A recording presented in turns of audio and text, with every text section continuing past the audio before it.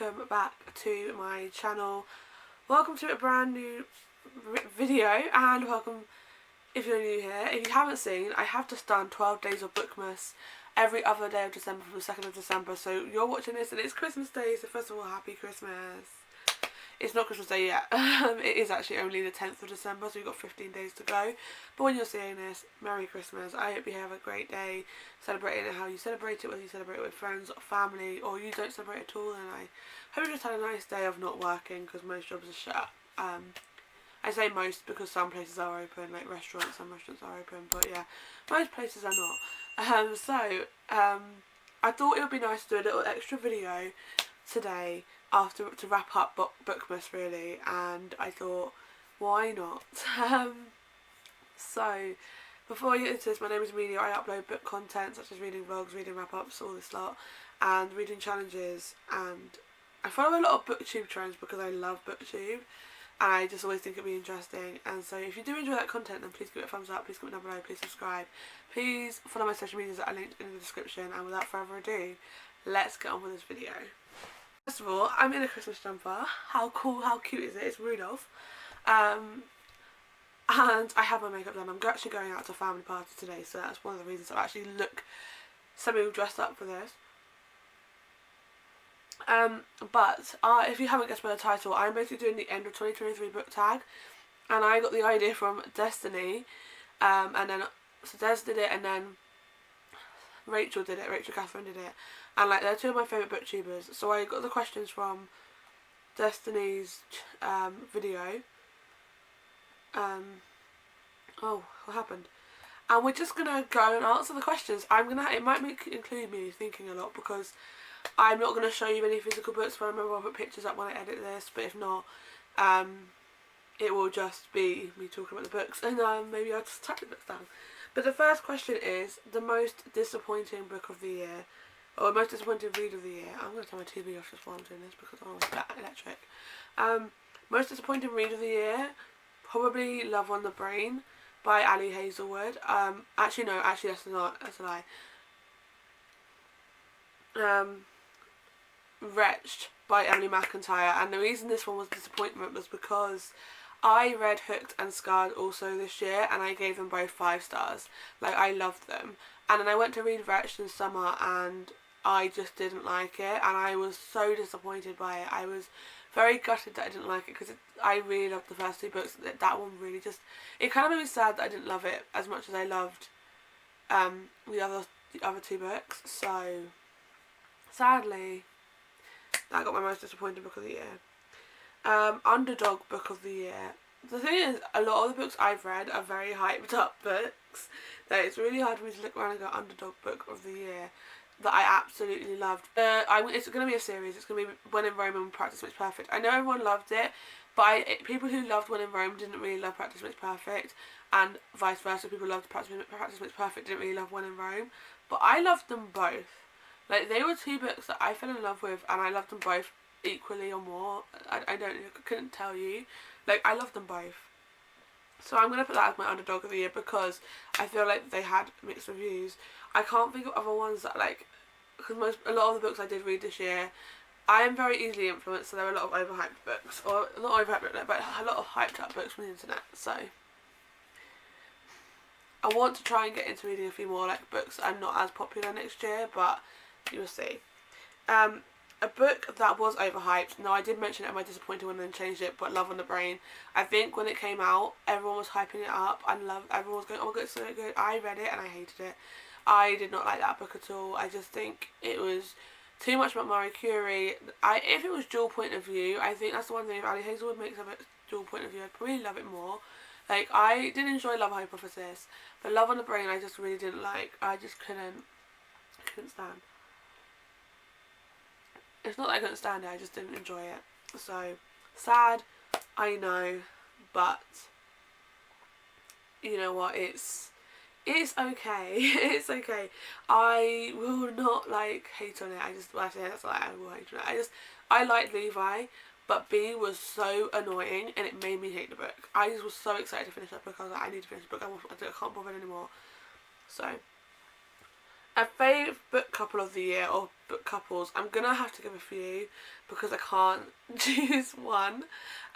Favourite book couple will be Xaden and Violet from Fourth Wing and Iron Flame. I absolutely love that couple. Those two together, I just love their dynamic. I love everything about them. Like I just love them. Another one will be Rhysand and Feyre. I'm a little bit late to the ACOTAR series, but I started this year and I've read the first 3 books and I love them. And I love Rhysand and Feyre. They're just so right for each other and I just love them. Another one would be Cal and Alana from Final Offer. My brain's going a bit blank.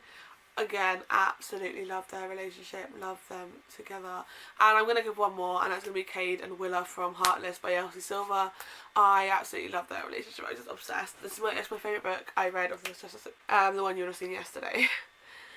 Fave main characters of the year.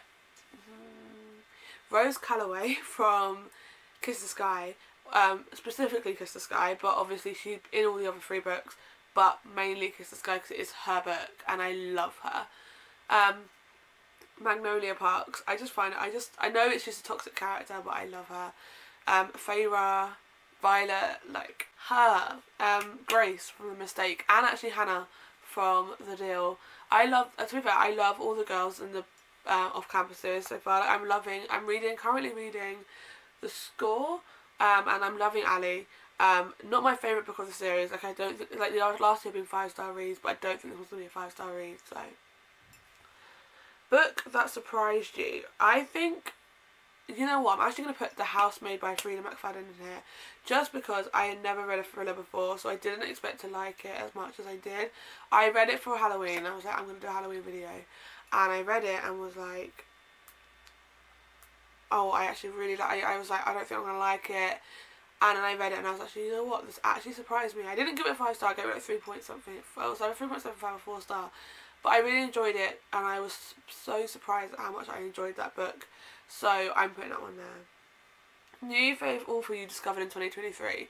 I definitely discovered a lot of new authors in 2023.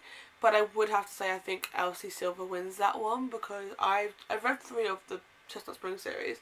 And for me, getting through like majority of the series in a year is insane to me, and I just love her writing.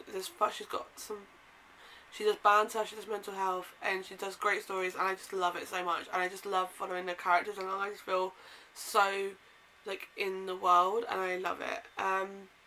Another favourite author I have to say because I have only started reading them this year, and fantasy was not something I was massively fond of before. It would be Sarah J Maas. I think she's just done a very good.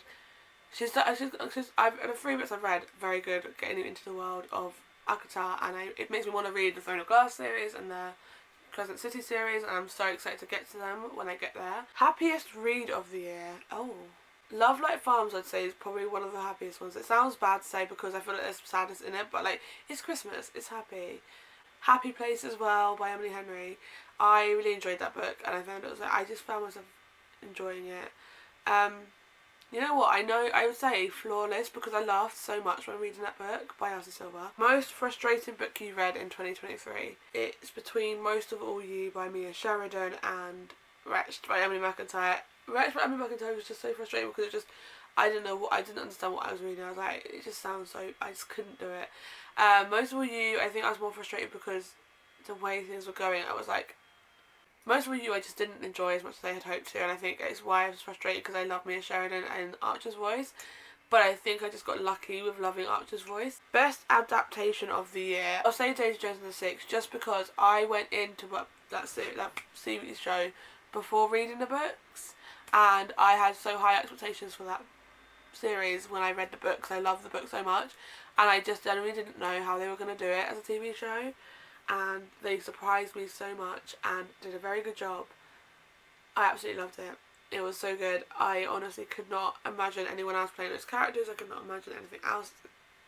I just loved it, and it was perfect, and it was done so well that I honestly love it. I love the book. I love the series. It's literally done everything for me. Longest book you've read this year? That is probably A Court of Wings and Ruin. Between A Court of Wings and Ruin and Iron Flame, I think A Court of Wings and Ruin is slightly longer than Iron Flame. but like those two are probably the longest I have read. Shortest book you've read this year? When Nora goes off script. Nora goes off script. That book. Oh, I didn't have high hopes for that book anyway, but I didn't like that book that much. But that was the shortest book I've read. Like 200 and something pages. Pretty chill. Pretty easy to read. Fave cover of the year. Oh, does it have to be out of the books I've read or the ones I've got? Because to be fair, it's difficult because I do love like a lot of my of covers of the books. Why? This is a difficult question. Like, anyone who says this is an easy question is lying to you, because it's not. I would have to say probably the Chestnut Spring series book covers, just because of the ones we have, like the UK ones. Like, look at, I mean, Hopeless is the only one I've got here. Like, look how simple that is. Like, I absolutely love it. I just think it's so cute, and they're all kind of significant to like the characters and the little orphans they have at the top, and I just love that. A book you haven't stopped thinking about. Ooh, okay, I'm gonna have to give you a few, but you've got Fourth Wing. I'm not gonna put Iron Flame in there because as much as I did love Iron Flame, I think I haven't stopped thinking about Fourth Wing, the first book, more than Iron Flame. I love both of them, but Fourth Wing. Another one would be Heartless by Elsie Silver. I cannot stop thinking about that book. It was so good. The Mindfuck series by S.T. Abbey. I honestly think that book has actually taken over my life because I cannot stop thinking about it. And Final Offer by Lauren Asher. I just love that book so much. And yeah, there's probably more, but they're the ones I can really think of at this current moment. So, cringiest book you've read this year? Probably Love on the Brain by Ali Hazelwood, or Every Summer After. Actually, or that book called Mr. Wrong Number by Lynn Painter. I really enjoyed it, but it was very cringy. Unpopular book you love. I don't know if it's an unpopular book, but it's just a book that's on BookTok I know a lot of people didn't love, and it's Every Summer After. I know a lot of people didn't love that book. Sorry, I've got pins and needles.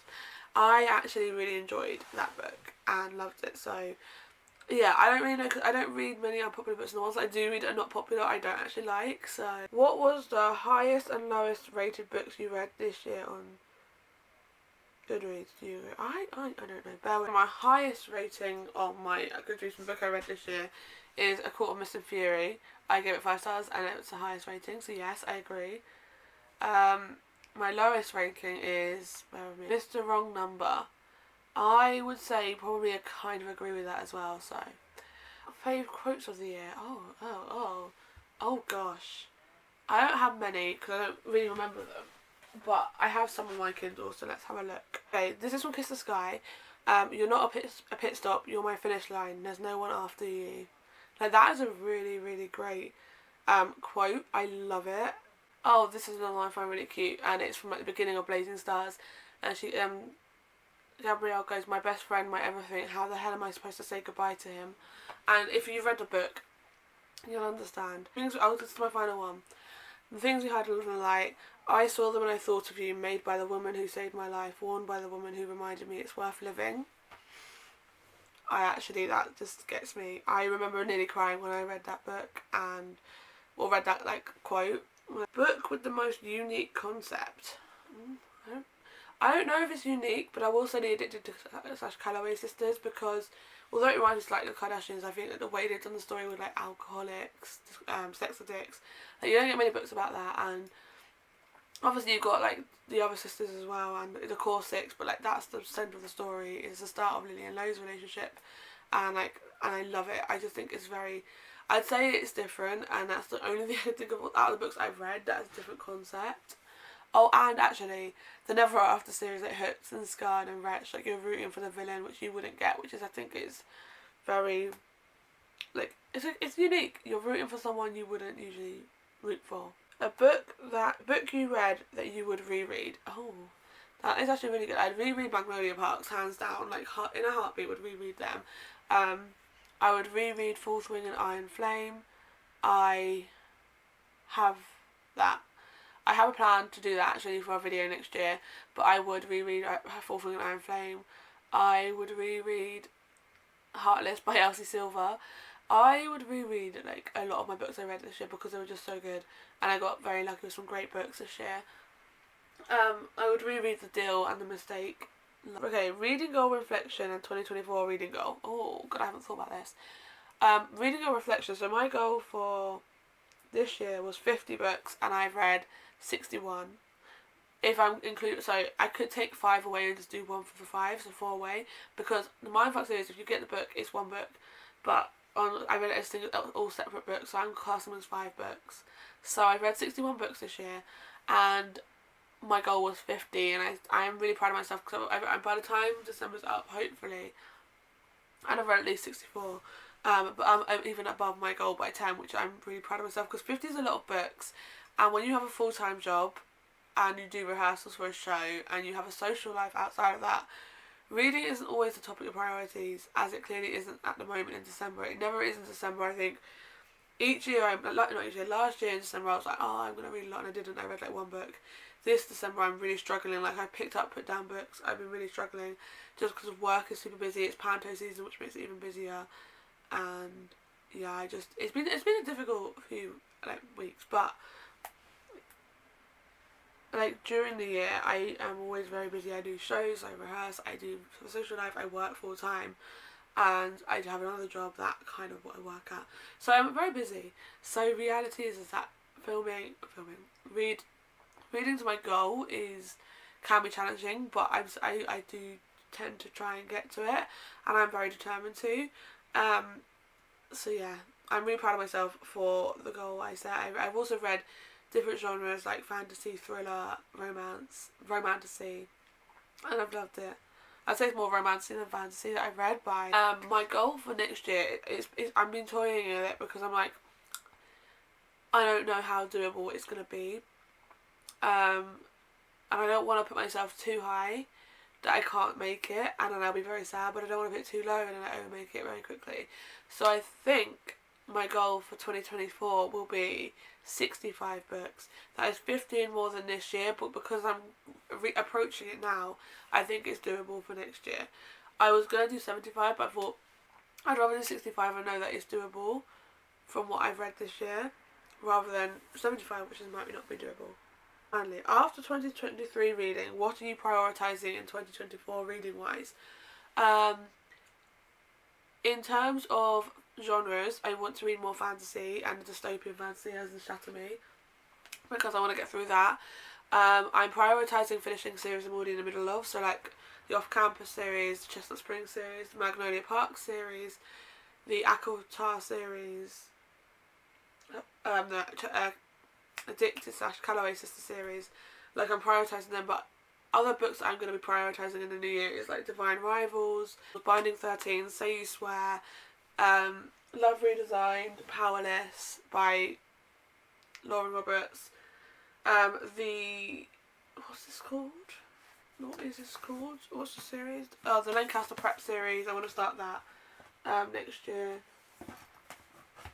And there was an Icebreaker, like that series I want to actually start next year. They're the ones I'm really prioritising, but I hope. And also I want to prioritise finishing Hunger Games Songbirds and Snakes, because I've started it and I know I'm not going to finish it this year, but I do want to actually finish it and read it, so I'm prioritising that near the beginning of hopefully near the beginning of next year.